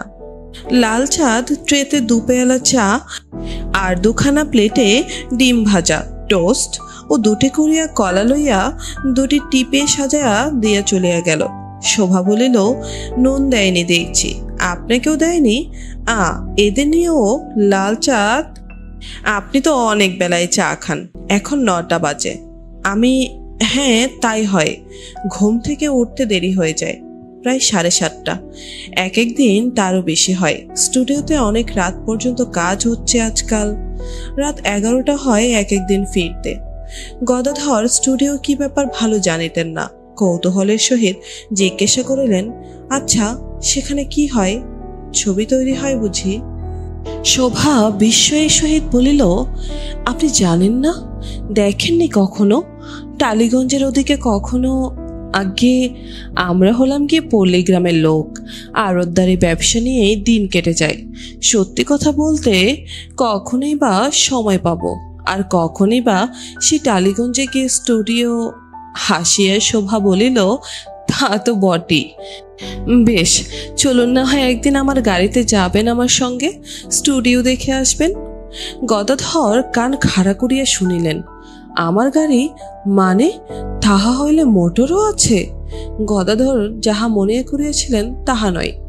এই মেয়েটির অবস্থা হয়তো তাহার অপেক্ষাও ভালো। কলকাতার লোককে বাহিরে দেখিয়া চেনা যায় না। তিনি এতদিন পাটের ব্যবসা করিয়া পাটের ফেসু খাইয়া মরিলেন, মোটর গাড়ির মুখ দেখিতে পাইলেন না। অথচ মেয়েটি অল্প বয়সে? দেখো একবার। বিনীতভাবে তিনি উত্তর দিলেন, আগে তা গেলে হয়। আপনি যদি তা বরং একদিন আরেক পেয়ালা চা? আগে না, আর আমার কিন্তু 2 পেয়ালার কমে হয় না। সারাদিনের মধ্যে 10-12 বার হয়ে যায়। স্টুডিওতে তো খালি চা আর চা। না হলে পারি নে, হাঁপিয়ে পড়ি। যেমন পরিশ্রম তেমনি গরম। চাকর 1 পেয়ালা চা আনিয়া সবার পাশে টিপে রাখিয়া তাহার মুখের দিকে জিজ্ঞাসা দৃষ্টিতে চাহিল। শোভা তাহাকে বলিল, না এখন চা। আপনি সত্যিই নেবেন না আরেক? আগে না, আমার শরীর খারাপ হয় বেশি চা খেলে, তেমন অভ্যেস নেই তো। আপনার শরীর দেখে মনে হয় বোধহয় ম্যালেরিয়া হয় মাঝে মাঝে। আগে হয়ে গিয়েছে, এখন কলকাতায় আর হয় না। বাড়ি করেছেন তো এখানে? বেশ, এখানেই থাকুন। শচীনবাবু আপনার ভাই হয় সম্পর্কে। ও জানেন, আমাদের স্টুডিওতে কাজ করে। আপনার সঙ্গে আজ দেখা হবে, এখন বলবো আপনার কথা। শচীন স্টুডিওতে কাজ করে? তা তো জানতাম না। জানতেন না নাকি? বেশ, সেই নিয়েই তো আমার সঙ্গে জানাশোনা হলো। এখানে আসে যায় মাঝে মাঝে। আমার গানগুলো একবার সুর দিয়ে দেয়, ওর সঙ্গে সেই সেট করে নিই। শচীন বাজাইতে পারে, গদাধর আগেই জানিতেন। শখের যাত্রার দলে বাঁশি বাজাইয়া বেড়াইয়া লেখাপড়া শিখিল না, কখনো বিষয় আশয় দেখাশোনা করিল না। সে যে কলিকাতায় আসিয়া এত বড় বাজিয়ে হইয়া উঠিয়াছে, ফিল্ম তোলার স্টুডিওতে চাকরি করে, এত খবর তিনি রাখিতেন না। শুনিয়া আশ্চর্য হইলেন। চা পান শেষ হইলে গদাধর 2-1 কথার পর পুনরায় চেক বই বাহির করিলেন। একটু ইতস্তত করিয়া বলিলেন, তাহলে ক্রস চেক দেব কি? আপনার পুরো নামটা? ও, চেকখানা ও আপনাকে দিতে হবে না। গদাধর এমন বিস্মিত হইলেন যে তাহার মনে হইল তিনি কথার অর্থ ঠিক বুঝতেছেন না। শোভার মুখের দিকে চাহিয়া পুনরায় বলিলেন, না মানে আমি বলছি আপনার নামটা চেকে লিখে ক্রস করে দেব কিনা। শোভা এবার বেশ ভালোভাবেই হাসিল। মৃদু হাসি নয়, সত্যিকার আমোদ আর কৌতূহলের হাসি। গদাধর মুগ্ধ হইয়া গেলেন সেই অতি অল্প 2-1 সেকেন্ডের মধ্যেই। হাসিলে যেসব মেয়ে যথার্থ সুন্দরী, তাদের চোখে মুখে কি সৌন্দর্য ও মোহ ফুটিয়া ওঠে। গদাধর পাটের বস্তা ওজন করিয়া মোকামে মোকামে ঘুরিয়া কাল কাটাইয়াছেন এতদিন, কখনো দেখেন নাই। হাসিতে হাসিতে শোভা বলিল, আপনি ভারী মজার লোক, বেশ লাগে আপনাকে। শুনতে পেলেন না কি বলছি? ও চেক দিতে হবে না আপনাকে। কেন বলুন তো? আপনার বন্ধু নিয়ে গেল টাকা আমার কাছ থেকে ঠকিয়ে, আপনি কেন দণ্ড দেবেন? গেল যাকগে, আমারই গেল। না না, তা কখনো হয়? আমার তো বন্ধু, ও অভাবী লোক। ঠিক যে ঠকিয়ে নিয়েছে তা নয়, ও টাকা আমি আদায় করব। নিন আমার কাছ থেকে। আপনার পুরো নামটা। শোভার মুখশ্রী ও চোখের দৃষ্টি অত্যন্ত সদয় হয়ে আসিয়াছে। সে গর্বিত ও উদাস ভাব আর ওর চোখে মুখে নাই। দুই হাত অদ্ভুত নাচের ভঙ্গিতে সামনের দিকে প্রসারিত করিয়া সে বলিল, না, আমি বলছি, কেন 200 টাকা মিথ্যে দণ্ড দিবেন? যদি আদায় করতে পারি আমি করব। আমি ফিল্মে কাজ করি, অনেক লোকের সঙ্গে মিশি, রোজ মানুষ চিনি। আপনার বন্ধুটি আপনার মতো ভালো মানুষ লোককে কখনো টাকা শোধ করবে না, কিন্তু আমার কাছে করবে। চেক বইটা পকেটে ফেলুন। গদাধর চুপ করিয়া রহিলেন। আর কিছু বলা ভদ্রতা সঙ্গত হইবে না হয়তো। জোর করিয়া কাহাকেও টাকা গছাইতে আসেন নাই তিনি। শোভা বলিল, কিছু মনে করেননি তো? আজ্ঞে না, এর মধ্যে মনে করার কি আছে? তবে শচীনবাবুকে কিছু বলবার থাকে তো বলুন, স্টুডিওতে দেখা হবে। আমি এখানে এসেছিলাম এই কথাই বলবেন, তাছাড়া আর কি। তাহলে আমি উঠি আজ, নমস্কার। গদাধর সিঁড়ি দিয়া নামিবার সময় এবারও শোভা সিঁড়ির মুখে আসিয়া দাঁড়াইল। দরজা দিয়া বাহির হইবার সময় গদাধর দেবাত একবারের উপরের দিকে চাহিতেই শোভার দিকে চোখাচোখি হইয়া গেল। গদাধর ভদ্রলোক, লজ্জিত হইলেন। অমনভাবে চাওয়া উচিত হয় নাই। কি উনি মনে করলেন? মেয়েটি অদ্ভুত। কাল বলিয়া দিল টাকা আনিতে, অথচ আজ কিছুতেই লইতে চাহিল না। টাকা এভাবে কেউ ফিরাইয়া দেয় আজকালকের বাজারে? বিশেষ তিনি যখন যাচিয়াই দিতে গিয়াছিলেন। সেদিন সারাদিন আড়তের কাজকর্মের ফাঁকে মেয়েটির মুখ কিছুতেই মন হইতে দূর করিতে পারিলেন না। সেই সদ্য স্নাতা মূর্তি, হাসি হাসি সুন্দর মুখ, দয়াদ্র ডাগর চোখ দুটে, ছবি সেই বধূ কমলা। বৈকালে চাও লুচি খাইতে দিয়া অনঙ্গ বলিল, হ্যাঁ গো, নির্মল ঠাকুরপো কোথায়? কেন, কি হয়েছে বলো তো? সুধা আমায় একখানা চিঠি লিখেছে, তাতে সে খুব ব্যস্ত হয়ে পড়েছে। লিখেছে নির্মল ঠাকুরপুর কোনো পাত্তা নেই, এতদিন দেশ থেকে এসেছে। কি করে বলবো বলো? ওসব কথার কি উত্তর দেব? সে তো আমায় বলে যায়নি। স্বামীর বিরক্তির স্বর অনঙ্গ লক্ষ্য করিল। আজকাল যেন কি হইয়াছে, কথা বলিলে সব সময় রাগ রাগ ভাব। কলিকাতায় আসিয়া এই কিছুদিন হইল এইরূপ হইয়াছে স্বামীর। আগে সে কখনো এমন দেখে নাই। কিছুক্ষণ চুপ করিয়া থাকিয়া নরম সুরে সে জিজ্ঞাসা করিল, আজ রাত্রে কি খাবে? গদাধর স্পষ্টই বিরক্ত হইলেন। এইসব জাতীয় মেয়েদের মুখে অন্য কোনো কথা নাই, কেবল খাওয়া আর খাওয়া। কি কথাই বা জানা আছে যে বলিবে? উত্তর দিলেন, সে হলো রাতের কথা, যা হয় হবে, এখন তা নিয়ে এত মাথা ব্যথা কিসের? অনঙ্গা এবার রাগ করিল, বলিল, সবটাতেই অমন কিচিয়ে ওঠো কেন আজকাল? বলো তো, মিষ্টি কথার উত্তর দিতে ভুলে গেলে নাকি? এমন তো ছিলে না দেশে। কি হয়েছে আজকাল তোমার? গদাধর এই কথার উত্তর দিলেন না। সংসার হঠাৎ তাহার কাছে নিতান্ত বিষাদ মনে হইল। অনঙ্গ আধময়লা একখানা শাড়ি পরিয়া আছে, মাথার চুল এখনো বাঁধা নাই, কেমন যেন অগোছালো ভাব। তাছাড়া ওর মুখ দেখিলেই মনে হয় এই বয়সে বুড়ি হইয়া পড়িয়াছে যেন। কিসের জন্য তিনি এসব করিয়া মরিতেছেন? কাহার জন্য পাটের দালালি আর দুপুরে রোদে রোদে মোকামে মোকামে ঘুরিয়া পাটের কেনা বেচা? সত্যিকার জীবনের আমোদ কি তিনি একদিনও পাইয়াছেন?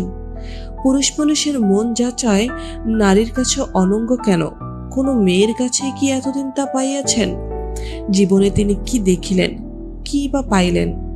এই কলকাতায় এঁটো বাসনের স্তূপ, ওই আধময়লা ভিজে কাপড়ের রাশি, ওই কয়লা কাঠের গাদা, আলু বেগুনের চুবড়িটা, এই সংসার, এই জীবন, ইহাই তিনি চিরকাল দেখিবেন ও জানিবেন? শচীনকে গ্রামের লোক নিন্দা করে, কিন্তু শচীন তাহার চেয়ে ভালো। সে জীবনকে ভোগ করিয়াছে। তিনি কি করিয়াছেন? কিছুই করেন নাই। অনঙ্গ বলিল, বড় ঠান্ডা পড়েছে, আজ আর কোথাও বেরিও না সন্ধ্যার পর।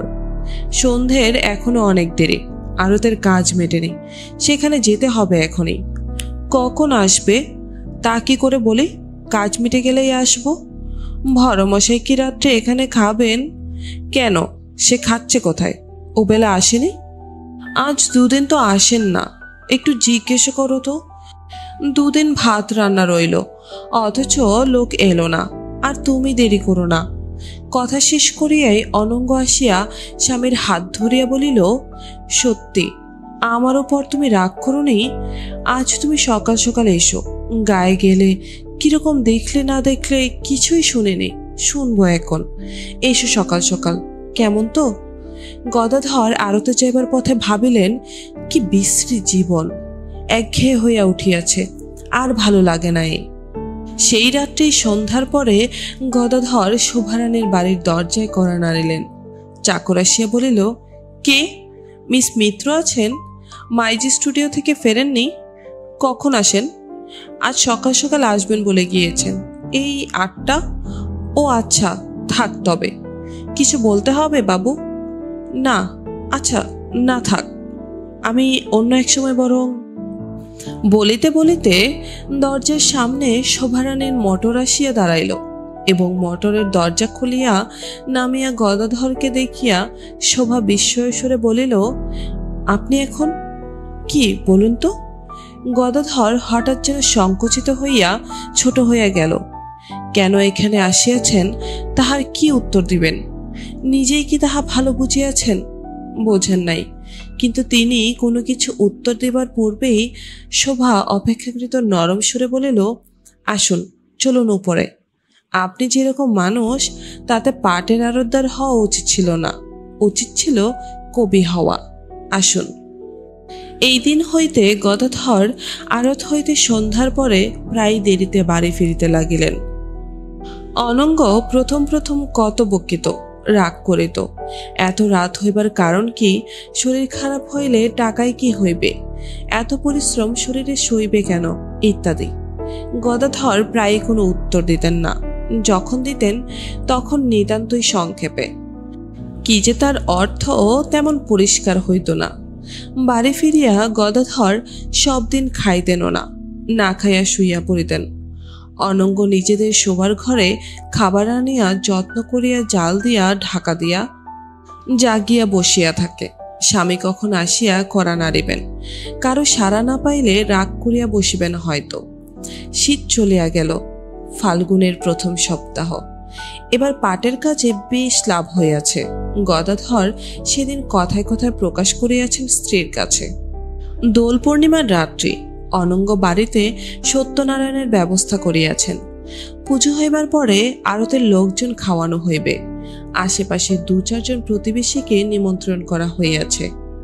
আড়তের কর্মচারীদের বসাইয়া লুচি খাওয়ানো হইবে। বাকি সকলকে সত্যনারায়ণের প্রসাদ ও ফলমূল মিষ্টান্ন দ্বারা জলযোগ করানো হইবে। অনঙ্গ সারাদিন উপবাস করিয়া আছে। স্বামী ফিরিলে পূজা আরম্ভ হইবে এবং তাহার পর সকলকে খাওয়ানোর ব্যবস্থা। পাশের গলিতে সিধুরমা নামে এক দরিদ্র ব্রাহ্মণ বিধবা খোলার ঘর ভাড়া লইয়া বাস করেন। তাহার একটিমাত্র ছেলে সামান্য মাহিনার চাকরি করে। অনঙ্গ তাহাকে এবেলা খাইতে বলিয়াছে।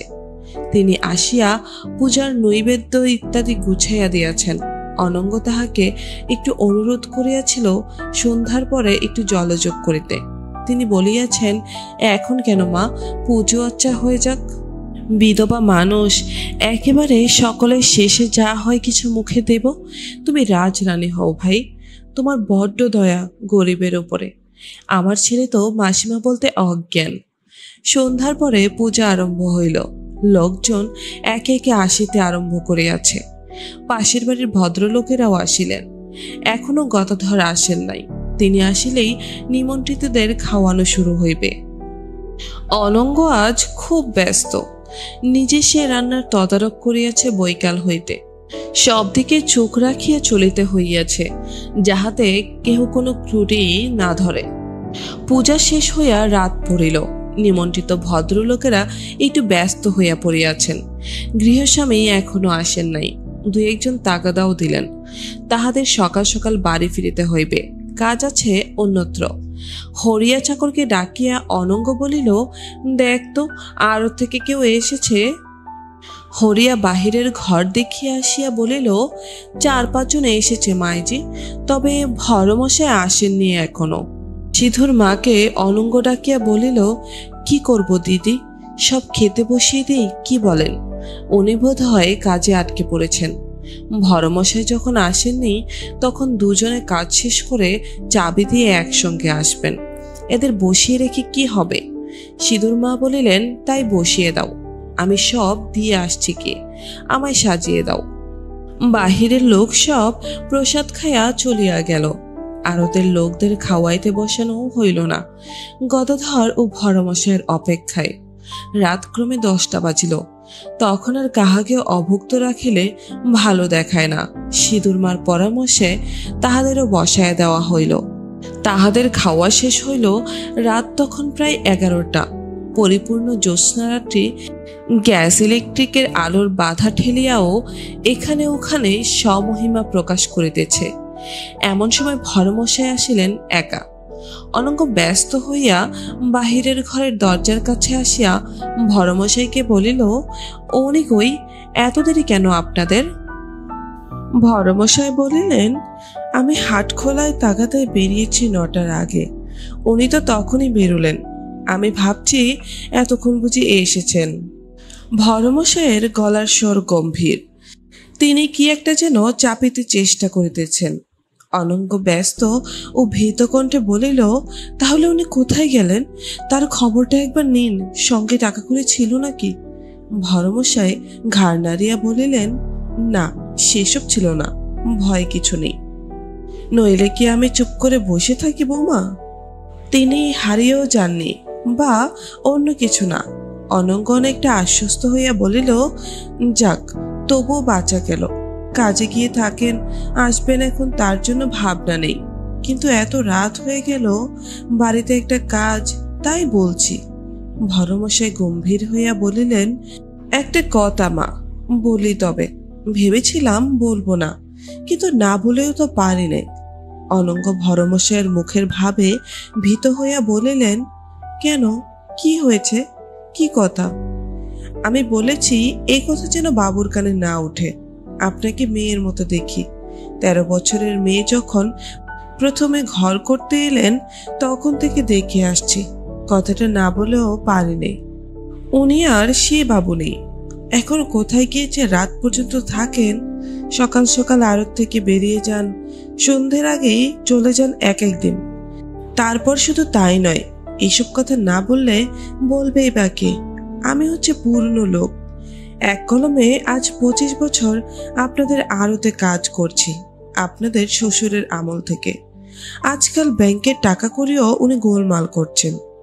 সেদিন একটা 1000 টাকার চেক ভাঙাতে গেলেন নিজে, কিন্তু খাতায় জমা করলেন না। নিজের নামে হাওলাতে এই খাতে লেখালেন। এই কমাসের মধ্যে প্রায় 6000 টাকা হাওলাতে লিখেছেন নিজের নামে। এসব ঘোর অব্যবস্থা। উনি যেন কি হয়েছেন। সে বাবু আর নেই। এখন কথা বলতে গেলেই খিচিয়ে ওঠেন, তাই সাহস করে কিছু বলতেও পারেনি। অনঙ্গ পাংশ মুখে সব শুনিয়া কাঠ হইয়া দাঁড়াইয়া রহিল। ভরমশাই বলিলেন, আমার মনে হয় বৌমা, আমাদের সেই গায়ে আমরা ছিলাম ভালো। বেশি টাকার লোভে কলকাতা এসে ভালো করিনি। অনন্য উদ্বিগ্ন কণ্ঠে বলিল, এখন উপায় কি ভরমশাই, বলুন তো? যা হবার হয়েছে, সে কথা ছেড়ে দিন। আমি তলায় তলায় সন্ধান নিচ্ছি, এখনো ঠিক বুঝতে পারিনি উনি কোথায় যান, কি করেন। তবে লক্ষণ ভালো নাই, সেই দিনই বুঝেছি, যেদিন বড় তরফের শচীন বাবু ওর সঙ্গে মিশেছে। শচীন আর মাঝে মাঝে আসে নির্মল। তবেই হয়েছে। আপনি ভালো করে সন্ধান নিন ভরমশাই। আমার এই কলকাতা শহরে কেউ আপনজন নেই, এক আপনি ছাড়া। আপনি নিজে বুঝে শুনে ব্যবস্থা করুন। আমিও দেখছি কমাস ধরে উনি অনেক রাত্রে বাড়ি আসেন। আমি কাউকে সে কথা বলিনি। তা আমি ভাবি আরতের কাজ বেড়েছে, তাই বুঝি রাত হয়। মেয়ে মানুষ, কি বুঝি বলুন। আসুন, আপনি আর কতক্ষণ বসে থাকবেন? খেয়ে নেবেন, চলুন। ভগবান যা করবেন তার উপর হাত নেই। অদেষ্টে যা আছে ও আর ভেবে কি করব। চোখের জলে অনঙ্গ কথা শেষ করিতে পারিল না। ঠিক সেই রাতে বাগমারি রোড ছাড়াইয়া খালধারের বাগান বাড়িতে জলসা বসিয়াছে। গদাধর সেখানে আটকাইয়া পড়িয়াছেন।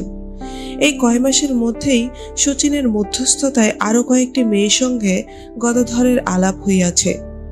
তাহাদের সঙ্গে কথা কহিয়া গদাধরের মন ভরিয়া ওঠে। মনে হয় এতকাল গ্রামে পাটের বস্তা লইয়া কি করিয়াই না দিন কাটাইয়াছেন। যৌবনের দিনগুলো একেবারে নষ্ট হইয়াছে। এখানে এই বিলাসের জগতে ইহারা মায়া বিভ্রম জাগাইয়া তোলে। মনে হয় ব্যবসায় যদি করিতে হয় তো এই ফিল্মের ব্যবসায় কতগুলো ম্যানেজার, গোমস্ত সরকার, দারোয়ান কুলের কোনো সংস্রব নাই।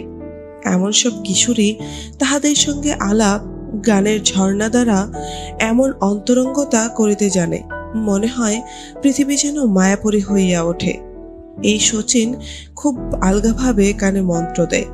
পাটের কারবার তো করেছ, পয়সা পিটছ খুবই, চালু কারবার পাকা মুহুরে গুমস্তা আছে, সে কাজ তারা অনায়াসে দেখতে পারে।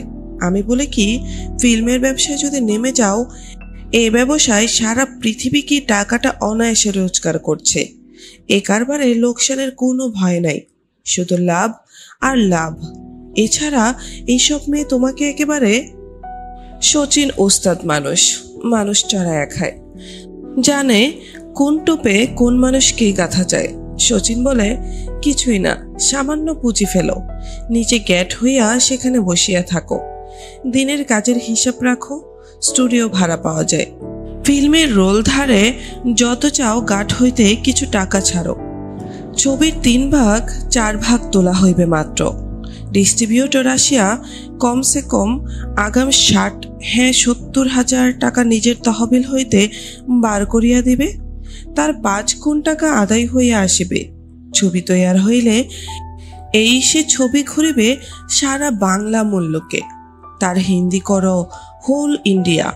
একখানা ছবির বাংলা হিন্দি 2 ভার্সনে 1 বছরে নিট লাভ 20-25 লাখ হইবে। 2-4টার দৃষ্টান্ত শচীন দিল। ওইসব কোম্পানির মালিক ফিল্ম কোম্পানির অফিসে কেরানিগিরি করিত 150-200 টাকা মাহিনায়। এদিকে নজর রাখিয়া চলিত। ফস করিয়া মারোয়ারি ক্যাপিটালিস্ট ধরিয়া আজ অত বড় কোম্পানির মালিক। মোটর ছাড়া পথ চলে না। কি প্রকাণ্ড বাড়ি করিয়াছে আলেপুরে, টাকার কুমির বানিয়াছে। কি মান, কি ইজ্জত। ছেলেকে বিলেত পাঠাইয়াছে। নিরেট ছেলে একবার বিলাত ঘুরিয়া আসিলেই ব্যাস। গদাধর শোনেন। গদাধরের মনে হয় কারবার, ব্যবসা, লাভ, শুধু তা নয়, এমন মধুর সংসর্গ, নাচ, গান, হাসি, গল্প, এইসবের সঙ্গে কোনো পরিচয় ছিল না। সেদিন শোভারানী একটা গান গাহিতেছিল। সে গানের কটি লাইন তাহার কানে মনে সবসময় বাজিতেছে। বসন্ত চলে গেল, হায় রে, চেয়েও দেখিনি তার পানে। গদাধরের কেবলই মনে হয় ও গান তাহারই মনের কথা। জীবনের কতখানি কাটিয়ে গেল, পৃথিবী এমন রূপরস গন্ধ তার কোনো পরিচয় পাইলেন না। এখনো যদি কিছু পান। আজ এ আসরে শচীন তাহাকে জোর করিয়া ধরিয়া আনিয়াছে।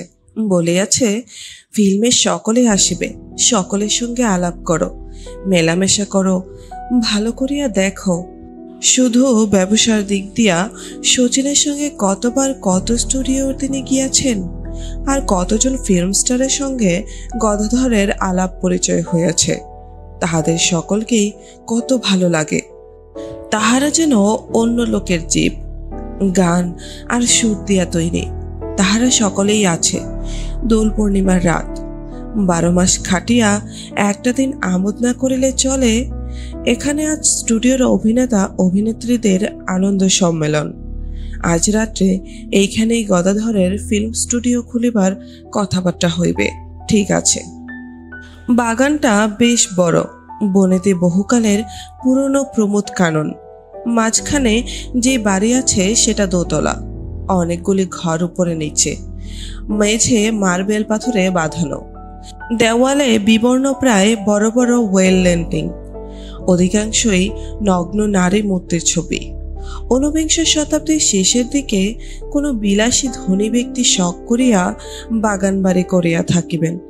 সে অতীত ঐশ্বর্য ও শৌখিনতার চিহ্ন এই প্রতি ইষ্টক খণ্ডে। বাগানবাড়ির একটা ঘর তালাবদ্ধ, তার মধ্যে অনেক পুরানো বাসনপত্র, ঝাড় কার্পেট, কৌচো, কেদারা, আয়না প্রভৃতি গাদা করা। প্রবাদ এই সেই ঘরে মাঝে মাঝে ঊনবিংশ শতাব্দীর মধ্যভাগে আনন্দনারায়ণ ঘোষকে চোগাচাপকান ও শাপলা পরিয়া একতারা কাগজ হাতে ঘুরিতে ফিরিতে দেখা গিয়াছে। সেকালের বিখ্যাত অ্যাটর্নি আনন্দ নারায়ণ ঘোষের নাম এখনো অনেকে জানেন। পুকুর ধারে শচীন বসিয়াছিল, পাশে গদাধর এবং রেখা বলিয়া একটা মেয়ে। রেখা বলিতেছিল, আমাদের স্টুডিওতে আপনি রোজ বলেন যাব কই, একদিনও গেলেন না তো। গদাধর হঠাৎ জড়িত স্বরে বলল, আড়ত থেকে বেরোই আর তোমাদের স্টুডিও বন্ধ হয়ে যায়, তাই কখন বলো রেখা। না, আমার পার্টটা না দেখলে আপনি আমায় নেবেন কি করে? আরে তোমায় এমনিই নেব, পার্ট দেখতে হবে না, চমৎকার চেহারা তোমার, তোমায় বাদ দিলে কি করে হবে? সুষমা দিদিকেও নিতে হবে। নেব, তুমি যাকে যাকে বলবে তাদের সবাইকে নেব। সুষমা দিদির মতো গান কেউ গাইতে পারবে না। দেখলেন তো সেদিন রুক্মিণীর গানে কেমন জমালে, চমৎকার গান, অমন শুনে নেই। শচীন পাশ হইতে বলিল, তুমি যা শোনো সব চমৎকার, গানে তুমি কি বোঝো? হ্যাঁ, আজ সুষমার গান শোনো, এখন বুঝতে পারবে। সত্যি ওকে বাদ দিয়ে ছবির কাজ চলবে না। একটু বেশি মাইনে চাইছে, তাদেরও রাখতে হবে। নীলা, দীপ্তি, ওদেরও দেখো, এখানে ডাক দাও না সব, মিনি, সুবালা, বড় হেনা, ছোট হেনা।